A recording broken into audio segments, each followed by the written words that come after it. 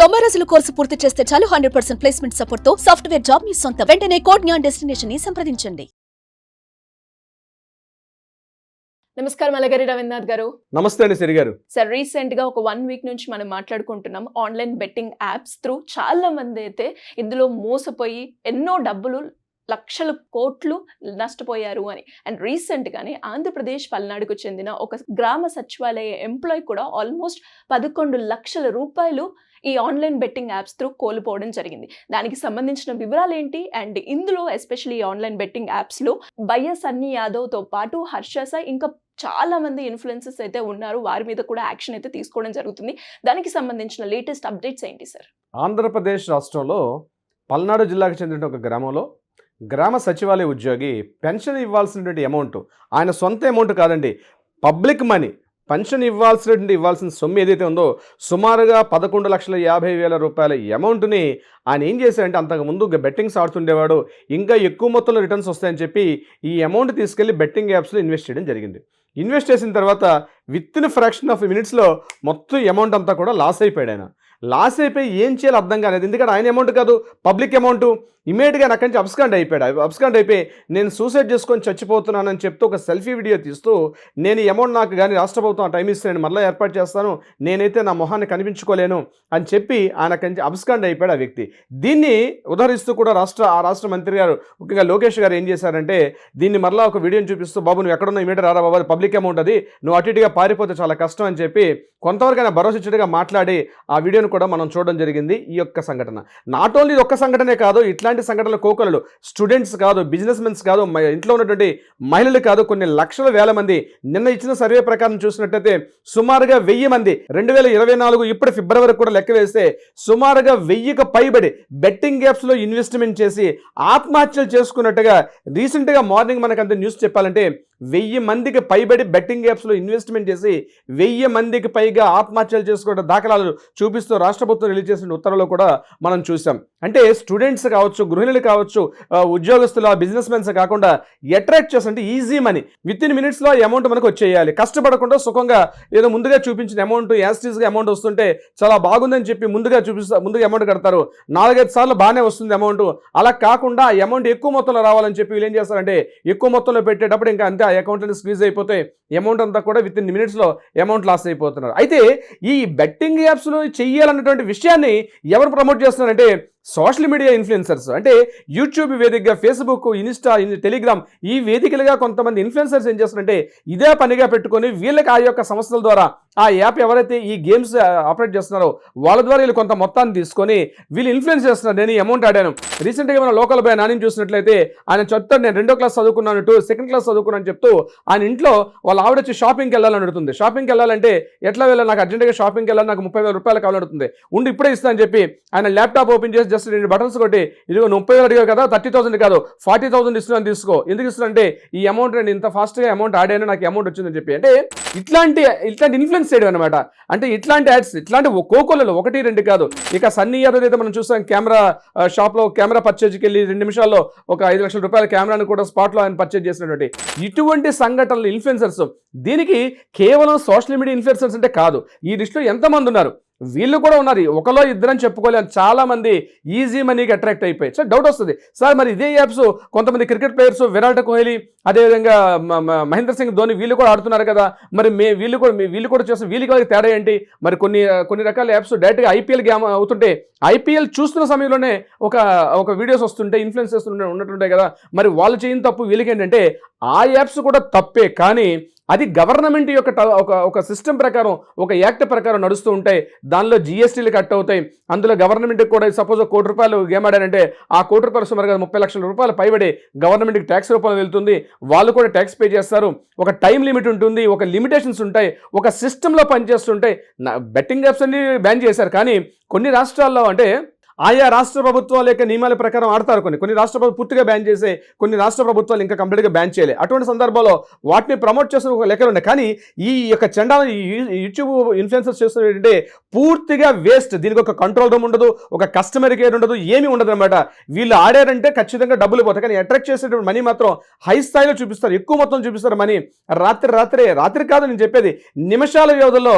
ఇప్పుడు గంజా తాగినా లేకపోతే స్మోక్ చేసినా లిక్కర్ తాగితే గ్రాడ్యువల్గా బాడీని డ్యామేజ్ చేస్తుందేమో, కానీ ఒక్కసారి బెట్టింగ్ యాప్స్కి అలవాటే బెట్టింగ్ యాప్స్ ఆడంటే నిమిషాల్లో మనిషిని పవర్ఫుల్గా అక్కడికప్పుడు పూర్తిగా నిర్వీర్యం చేస్తుంది. ఇట్లాంటి ఇన్ఫ్లుయెన్సర్స్ అనమాట.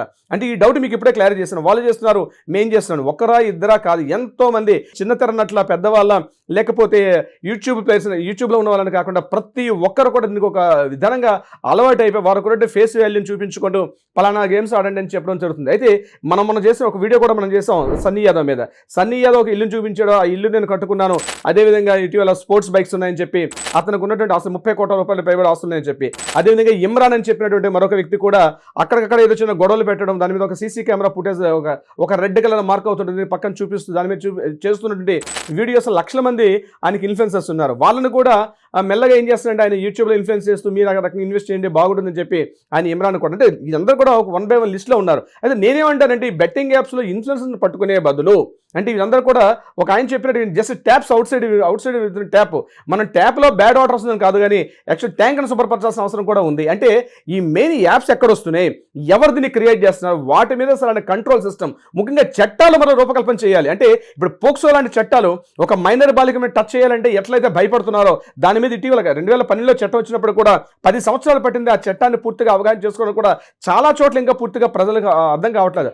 అలాంటి భయంకర చట్టాలు ఇట్లాంటి చేస్తే ఈ తప్పు వస్తుంది, దీనిలో ఇన్ఫ్లుయెన్స్ చేసినా సరే, ఆ బెట్టింగ్ యాప్స్ ఆడినా సరే ఇంత తప్పులు ఉంటాయని చెప్పి ఇప్పటివరకు ఏంటి మహా అయితే ఇప్పుడు రీసెంట్గా లోకల్ నాని దీని మీద అరెస్ట్ అయ్యాడు. అరెస్ట్ అయ్యి ఫిబ్రవరి 17-18 తారీఖుల్లో ఆయన అరెస్ట్ అయ్యాడు. ఇప్పటివరకు ఉన్నాడు. మళ్ళీ ఆయన అరెస్ట్ అయిన తర్వాత 10 రోజులుగా 15 బెయిల్ వచ్చే అవకాశం ఉంటుంది. బెయిల్ మీద బయటకు వచ్చిన తర్వాత మళ్ళీ ఆ పని చేస్తారు చేయడం నమ్మకం ఉంది డెఫినెట్గా. అలా కాకుండా శిక్ష ఒకవేళ ఇదంతా కోర్టులో ట్రయల్స్ అంతా పూర్తి జడ్జిమెంట్ వచ్చినాక 3 ఏళ్ళకో 4 ఏళ్ళకో శిక్ష మించి అంతకు మించి పెద్దగా శిక్షలు లేవు. సో బెట్టింగ్ యాప్స్ మీద ఖచ్చితంగా కఠినమైనటువంటి శిక్ష రావాలి. అంటే ఒక ఆడపిల్లని చూస్తే ఎట్లా భయపడాల్సిన పరిస్థితి వస్తుందో, ఒక ఆడపిల్ల ఒంటి మీద చేయాలన్నా, ఒక ఆడపిల్లని ఏ రకంగా టీచ్ చేయాలన్నా ఈ రోజు భయపడే స్థితి ఏ రకంగా ఉందో ఒక మైనర్ బాలికల మీద, అంతకన్నా భయంకరమైనటువంటి, ఎందుకంటే జీవితాలు, కుటుంబాలు, చిన్నపిల్లలు, వ్యవస్థ మొత్తం కూడా అల్లకల్లోలం అయిపోతుంది. ఆర్థిక వ్యవస్థ మొత్తం కూడా భ్రష్టు పట్టిపోతుంది.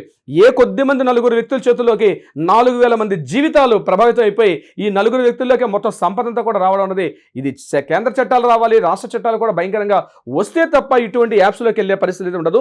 ఇటీవల 1 by 1 సజ్జనార్ గారు తీసుకున్నటువంటి ఒక చర్య, కొంతమంది 1 by 1 వెళ్తున్నారు ఈరోజు, దాని మీద భయపడుతున్నారు. అయితే నేనేమంటానంటే సజ్జనార్ గారి కృషిని అభినందిస్తూ సజ్జనార్ గారి మరొక సూచన ఏంటంటే, ఇది కేవలం కొంతమంది సోషల్ మీడియా ఇన్ఫ్లుయెన్సర్స్ మీద మాత్రమే కాకుండా ఎవరైతే ఈ వ్యవస్థను కంట్రోల్ అని తెలుసు ఇక్కడ ఎక్కడి నుంచి వస్తుందో మొత్తం ఐటీ డిపార్ట్మెంట్ దగ్గర, ఇన్ఫర్మేషన్ టెక్నాలజీ మినిస్టర్ గారి దగ్గర టోటల్ డేటా ఉంటుంది. సమాజంలో ఒక మొత్తం చీడ పురుగులా తయారైంది. ప్రతి 10 ఇళ్లలో 8 ఇళ్ళు ఈ ప్రభావానికి లోనైనారు. ముఖ్యంగా స్టూడెంట్స్ ఎంత దారుణంగా ఉన్నారంటే, కాలేజ్ స్టూడెంట్స్ అయితే దీనికి హైలీ ఇన్ఫ్లుయెన్స్ అయిపోయినారు. అమౌంట్స్ భారీ స్థాయిలో పోగొట్టుకుంటారు.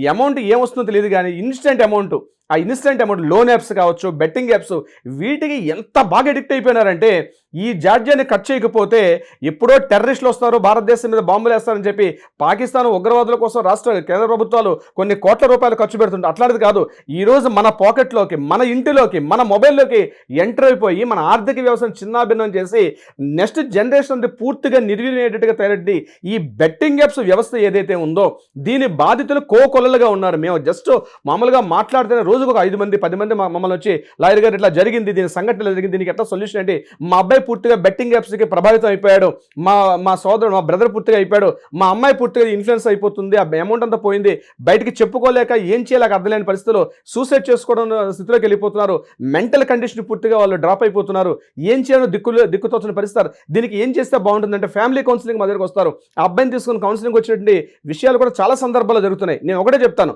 ముందుగా ఈ చట్టాలు వీటికి రూపకల్పన ముందుగా వ్యక్తి తనను తాను ఒక సంస్కరించుకోవాలి. అంటే ఈ యాప్స్లోకి వెళ్ళడం కూడా తప్పు, గుర్తుపెట్టుకోండి.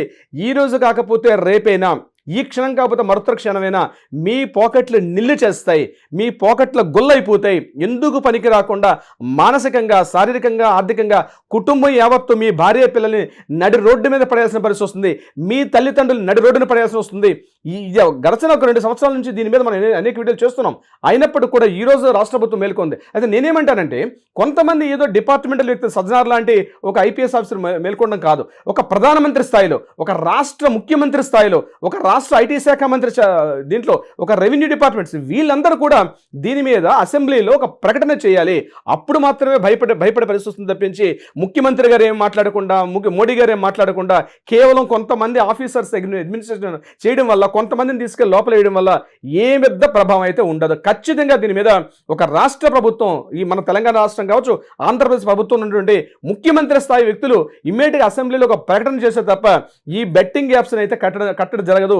కేవలం కొంతమంది ఇన్ఫ్లుయెన్స్ తీసుకెళ్లి లోపల వేస్తే ఎటువంటి ప్రభావం ఉండదు, తాత్కాలికంగా ఉంటుంది తప్పించి మరలా ఈ జాడ్యం మరలా రిపీట్ అయ్యే అవకాశం ఉంటుంది. సిరిగారు, ఎస్ సార్, మీరు అన్నట్టుగానే ప్రతి ఒక్కరు, ఇటు స్టూడెంట్స్ కావచ్చు అండ్ దాంతోపాటు ఇన్ఫ్లుయెన్సెస్ కావచ్చు, ప్రతి ఒక్కరు కూడా అలర్ట్ అవ్వాలి. అండ్ ఒక్కసారి ఆన్లైన్ బెట్టింగ్ అనగానే మీరు అన్నట్టుగా చట్టం కూడా, అంటే పోక్సో యాక్ట్ ఎలా అయితే ఇప్పుడు ఒక అమ్మాయి దగ్గరికి వెళ్ళి మాట్లాడాలంటేనే భయపడుతున్నారు, అలాంటి చట్టాలు తీసుకొస్తేనేమో ఇంకా మనం ఇలా ప్రమోషన్ చేయకుండా ఉంటారేమో అని అనిపిస్తుంది. Anyways, great information. Thank you so much sir. Thank you so much సిరిగారు. సుమన్ టీవీలో మీ పర్సనల్ అండ్ బిజినెస్ ప్రమోషన్స్ కోసం కింది నెంబర్కి కాంటాక్ట్ చేయండి.